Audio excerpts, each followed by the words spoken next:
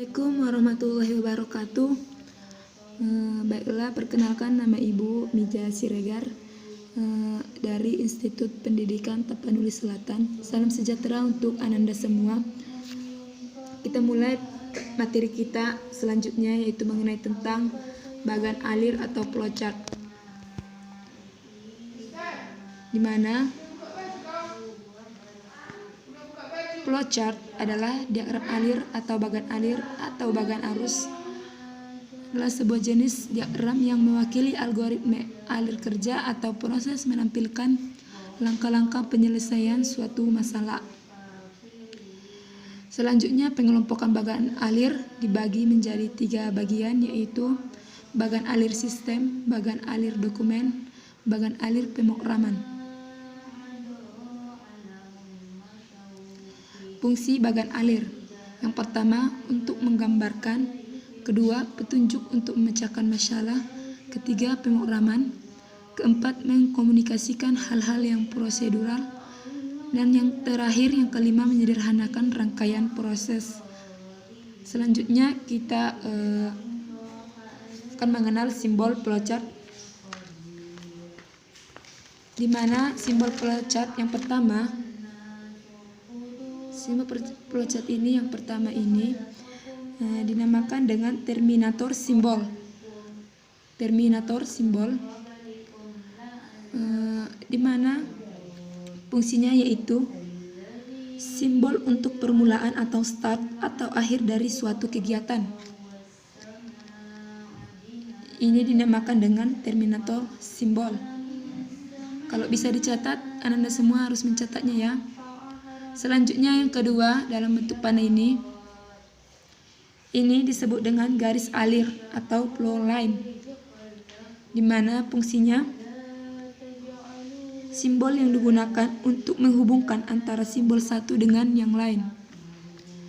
Simbol flowchart yang selanjutnya adalah berbentuk seperti ini, di mana ini dinamakan dengan preparation. Preparation ini berfungsi sebagai proses inisialisasi atau pemberian harga awal. Dan selanjutnya ini yang dinamakan dengan proses, yaitu proses perhitungan ataupun proses pengolahan data, di mana saat kita mengolah data ini harus digunakan simbol seperti ini. Dan selanjutnya simbol seperti ini yaitu dinamakan dengan input ataupun output data, yaitu simbol yang menyatakan proses input ataupun output. Jadi di sini adalah prosesnya kalau kita membuat sebuah flowchart. Yang selanjutnya ini disebut juga dengan predefined process atau subprogram, di mana berfungsi sebagai permulaan subprogram atau proses menjalankan subprogram. Ibaratnya ini pada saat memasukkan data akan dihasilkan di sini. Simbol selanjutnya ini dinamakan sebagai simbol decision. Simbol decision yaitu berfungsi sebagai simbol pemilihan proses berdasarkan kondisi yang ada atau percabangan.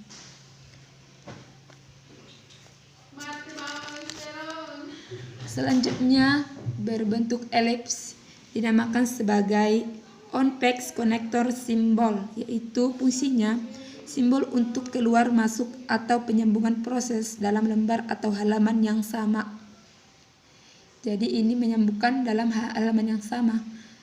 Yang terakhir dari simbol flowchart yaitu on-page connector symbol, yaitu kebalikan daripada simbol on-page connector symbol, di mana off-page connector symbol yaitu simbol untuk keluar masuk penyambungan proses dalam lembar atau halaman yang berbeda. Inilah dari simbol flowchart. Kira-kira ada 9 simbol. Dan selanjutnya kita masuki contoh algoritmanya. Kita buat tentang kita melakukan aktivitas di luar rumah. Contohnya kan pada saat kita mau keluar rumah,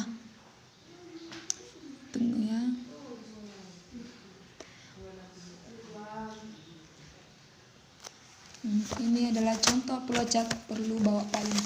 Dimana pada saat kita melakukan aktivitas di luar rumah, kita belum tentu tahu apakah datang hujan atau tidak. Jadi, ibu membuat contoh flowchart perlu membawa payung. Dimana kita lihat, ini mulai. Setelah mulai, apakah hujan atau tidak? Jika hujan, kamu tidak perlu bawa payung. Jadi kita masukkan ke sini simbol dari sini. Tidak perlu bawa payung. Jika hujan. Jika tidak hujan, tidak perlu bawa payung.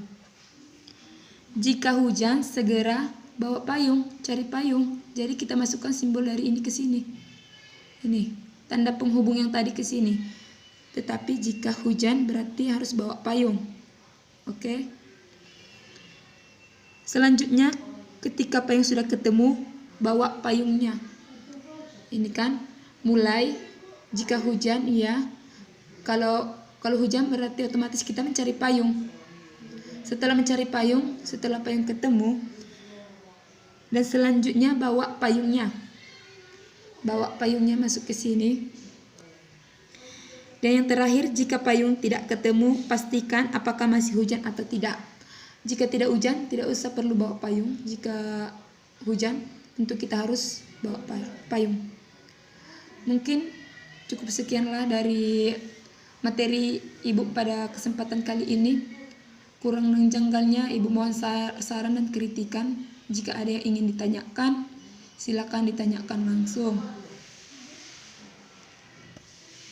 Oke, terima kasih untuk Ananda sekalian yang telah memberikan ibu kesempatan dalam menyampaikan materi tentang bagan aliran atau flowchart ini. Semoga kita semua dimudahkan segala urusannya untuk mencapai ilmu yang lebih baik. Sekian dan terima kasih. Wassalamualaikum warahmatullahi wabarakatuh.